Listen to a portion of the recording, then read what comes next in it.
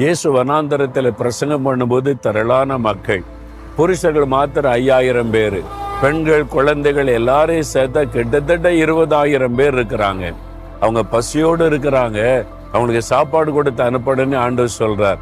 உங்கள்கிட்ட என்ன இருக்குன்னு கேட்டா 5 அப்பம் 2 மீன் தான் இருக்குது, அதை கொண்டு வாங்கன்னு சொன்ன உடனே ஆண்டவர் அதை ஆசீர்வதித்து எல்லாருக்கும் கொஞ்சம் கொஞ்சம் கொடுங்க, கொஞ்சம் சாப்பிட்டுட்டு அப்புறம் வீட்டில் போய் சாப்பிட்டு கொள்ளட்டும் அப்படின்னு சொல்லவில்லை. திருப்தியாய் சாப்பிடும் அளவுக்கு ஆண்டவர் கொடுத்தார். வேதத்துல வாசிக்கிறோம், அவங்க திருப்தியாய் சாப்பிட்டு, அப்பா போதும்பா, இதுக்கு மேல சாப்பிட முடியாது அப்படின்ற அளவிற்கு திருப்தியாய் கொடுத்து மீதியான துணிக்கைகளை எடுக்க வைத்தார். உங்க வாழ்க்கையில திருப்தியான ஆசீர்வாதம், ஏதோ ஒரு காரியத்துல குறைவு இருக்குது, ஆண்டவர் சொல்றார், என் மகனே மகளே, நீ திருப்தி அடையும்படி உன்னை ஆசீர்வதிப்பேன்.